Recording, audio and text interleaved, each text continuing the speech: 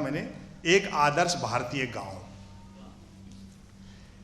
कहते हैं कि साहब देश ने बड़ी तरक्की की, हम भी मानते हैं, लेकिन 64-65 साल जितना खोया उतना नहीं पाया।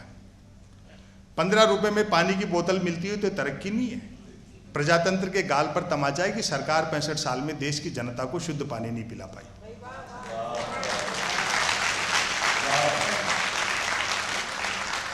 इतना राग, द्वेष, कुंठा, ईर्ष्या शहर में तो कुछ भी नहीं है गांवों के मुकाबले। जाति व्यवस्था आप देखो, खाली गांव का आदमी जी इसलिए लेता है कि उसमें परिहास वृत्ति है। शाम को मजाक करते हैं, बुरा मानते हैं, सुबह वैसे के वैसे।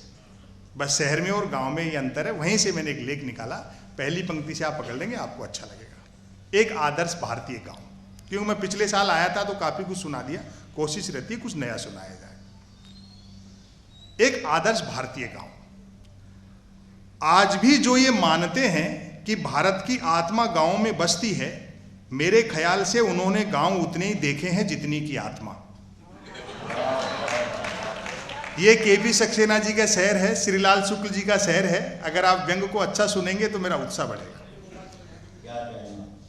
आज भी जो ये मानते हैं कि भारत की आत्मा गांव में बसती है, मेरे ख्याल से उन्होंने गांव उतने ही देखे हैं जितनी की आत्मा। जिस आदर्श गांव का जिक्र मैं करने जा रहा हूं, वह राजधानी से 10 किलोमीटर पश्चिम में है। चूंकि रास्ते में शराब के कई ठेके पड़ते हैं, अतः ये दूरी घटती बढ़ती भी रहती है।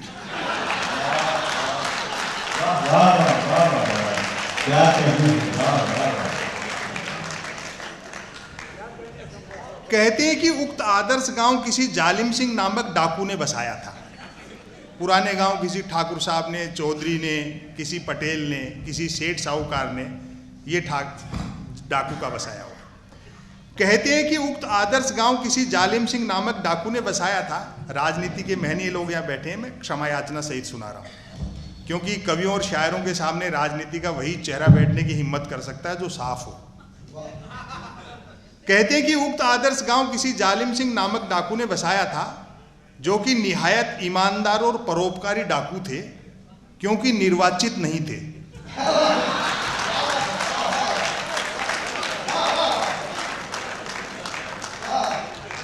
हालांकि बाद में उन्होंने भी डाकू जीवन से वीआरएस लेकर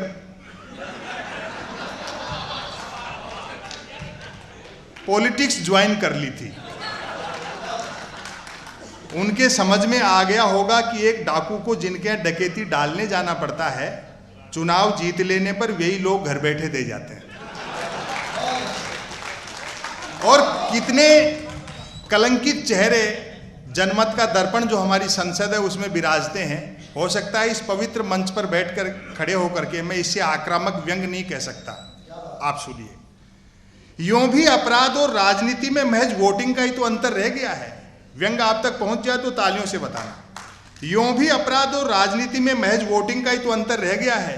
संसद पर जिन आतंकियों ने हमला किया था, सुरक्षा प्रहरियों ने उन्हें गोली मारने से पहले निश्चित ही कहा होगा, मानते आप लोग बहुत बड़े अपराधी हैं, चाहे कितने भी बड़े आतंकवादी हैं, लेकिन चुनाव जीते बिना अंदर नहीं जाने देंगे।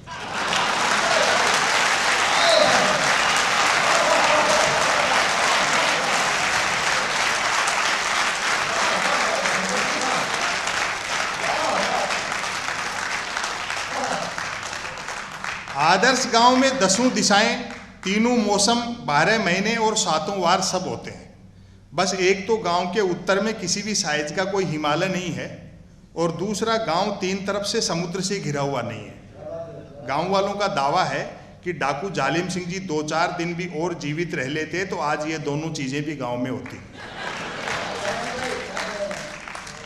गांव के लोग किफायती इस हद तक हैं कि किसी को मिस कॉल तक अपने फोन से नहीं मारते।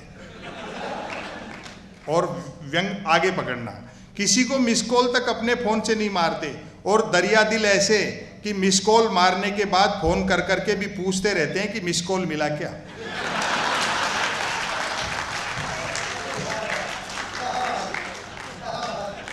गांव में कुल 13 पर्यटक स्थल हैं, टूरिस्ट पैलेस, 3 शराब के ठेके, 1 मंदिर, 1 प्राइमरी स्कूल, 2 कुएं, 1 पुलिस चौकी तथा 5 शमशान घाट।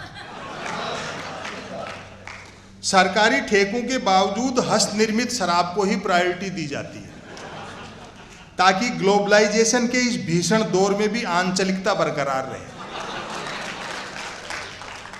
अधिकांश लोग शराब पीते हैं, कई नहीं भी पीते हैं। जो नहीं पीते हैं वे पीने वालों को समझाते बुझाते रहते हैं। उनके समझाए से जब पीने वाले नहीं समझते हैं तो दुखी होकर वे भी पीने लगते हैं।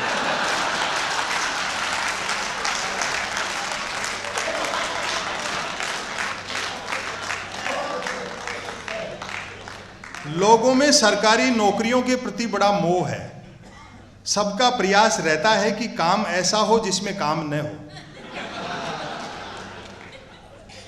जहां तक मेहनत मजदूरी का सवाल है, मेहनत करने वाले को मजदूरी नहीं मिलती और जिसे मजदूरी मिल जाती है वह मेहनत बंद कर देता है। सबके आपसी संबंध गठबंधन सरकारों जैसे हैं, अर्थात स्वार्थ ही दो लोगों को जोड़ता है। उम्र का फासला भी रिश्तों में बाधक नहीं बनता। एक नए शब्द का आनंद लेना रात का समय है। उम्र का फासला भी रिश्तों में बाधक नहीं बनता। दिन में जो बेटे का क्लास फेलो होता है, शाम को वही बाप का ग्लास फेलो होता है। गांव में जब से हैंडपंप लगे हैं, राजनीति की वजह से देखो और प्रशासन की अनदेखी से जो गांव की दुर्दशा हुई है, लेकिन इतना भारी बहुमत हमने किसी सरकार को या किसी को दे दिया, उसके बाद हमारी हालत ये है कि प्रवेश निःशुल्क और निकलने के 100 रुपए। लेकिन हिंदुस्तानी मतदाता है, अपनी पे उतर जाए तो काम करके छोड़ता है। उसके लिए हर पत्थर में देवता है। वो सड़क के किनारे एक आदमी माइल स्टोन को शिवलिंग समझ करके जलाभिषेक कर रहा था, तो किसी ने उसको कह दिया, यार बोलो ना समझ आदमी, ये माइल स्टोन है जिसको तू साक्षात शिव समझ रहा है। वो अड़ गया, बोलो नहीं भैया देख ये साक्षात शिव है। इसने यहीं खड़े खड़े बता दिया, दिल्ली यहाँ से 250 किलोमीटर।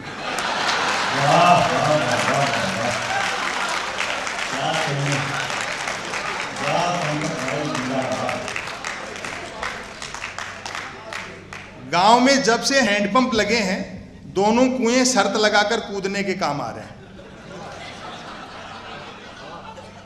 स्कूल उतनी ही देर चलता है जितनी देर मिड डे मील चलता है। और व्यंग पर समर्थन करना, पुलिस चौकी को लेकर मतभेद हैं कि अपराध बढ़ने से चौकी खुली है या चौकी खुलने से अपराध बढ़े।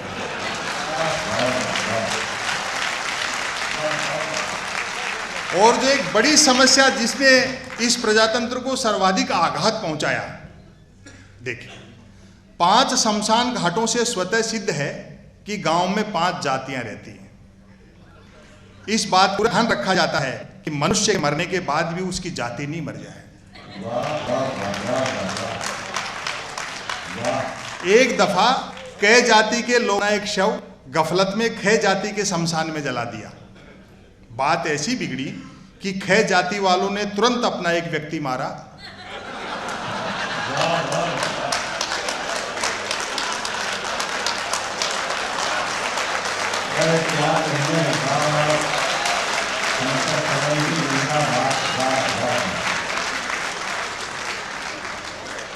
बात ऐसी बिगड़ी कि खे जाति वालों ने तुरंत अपना एक व्यक्ति मारा और उसे कै जाति के शमशान में जलाकर बदला लिया।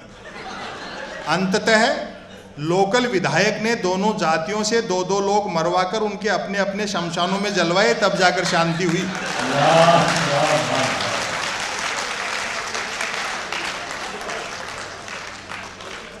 एकमात्र मंदिर का निर्माण भी डाकू जालिम सिंह जी ही करा गए थे। सबसे बढ़िया धंधा है ये। बस कहीं भी आप जो है ना एक मंदिर खोल लो, सबसे बढ़िया काम है। हाँ खोल लो, और क्या। और नहीं, आजकल यही हो रहा है, जो चिर बेरोजगार है वो प्लेसमेंट एजेंसी खोल लेता है। जैसे निर्मल बाबा का मैनेजमेंट देखो कि अगर आपका भाग्य काम नहीं कर रहा है तो तुरंत दूसरों को बताना शुरू कर दो। एकमात्र मंदिर का निर्माण भी डाकू जालिम सिंह जी ही करा गए थे। कथा है कि एक रात सपने में उन्हें एक साधु ने ताना मार दिया था कि मूर्ख, लूट का माल यूं ही नहीं पचेगा, थोड़ा दान धर्म भी करना सीख।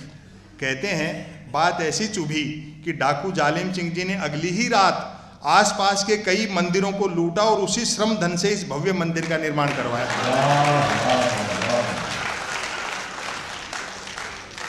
दो चीजें और देखिए आप, जिन्होंने एक तरह से गांव का जो ग्रामीणत्व था उसको छीन लिया। घरों में दो चीजें सबके यहाँ फाइनेंसित हैं, फाइनेंसित। घरों में दो चीजें सबके यहाँ फाइनेंसित हैं, मोटरसाइकिल और टेलीविजन। मोटरसाइकिल इसलिए कि गांव सड़क मार्ग से शहर जा सके, टेलीविजन इसलिए कि शहर आकाश मार्ग से गांव आ सके।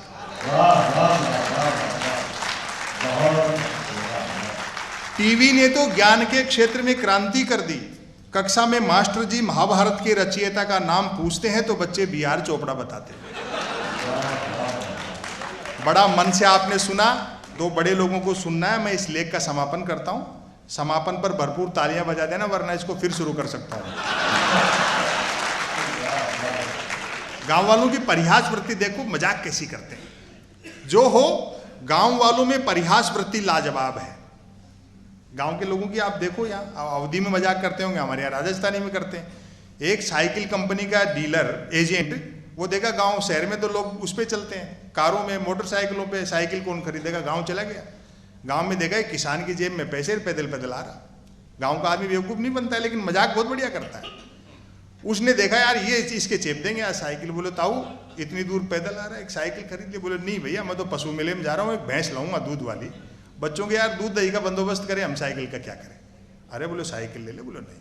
तो उसने ब्रह्मास्त्र फेंका उस साइकिल कंपनी वाले ने। बोले देख तेरा घर जो है वो गांव से 2 कोस दूर है, इतनी दूर तू पैदल आता है, अगर भैंस पे बैठ के आएगा तो लोग हंसेंगे। किसान बोला बेटा साइकिल के दूध निकालूंगा तो ज्यादा लोग हंसेंगे।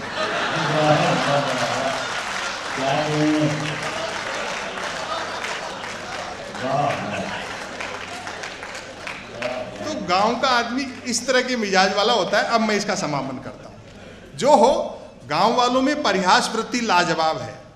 चरणदास जी हड़बड़ी में जरा छोटे जूते खरीद लाए। दुकानदार ने बिका हुआ सामान वापस नहीं लिया, क्योंकि दिन भर में एक ही बिका। लाचार चरणदास जी को ठांसे के जूते काट रहे हैं और वह लंगड़ाते हुए चल रहे हैं। रास्ते में टकरा गया रामधन, पूछ बैठा चरणदास जी ये जूते कहाँ से मार लाए, मतलब कितने के पड़े। और व्यंग समाप्त करूं, तालियों से विदा करना। ये जूते कहाँ से मार लाए मतलब कितने के पड़े। एक तो जूते काट रहे थे, ऊपर से रामधन की मार लाए और पड़े जैसी भाषा। चरणदास जी ने झल्ला कर कहा पेड़ से तोड़ें। रामधन बोला महाराज कच्चे तोड़ लिए।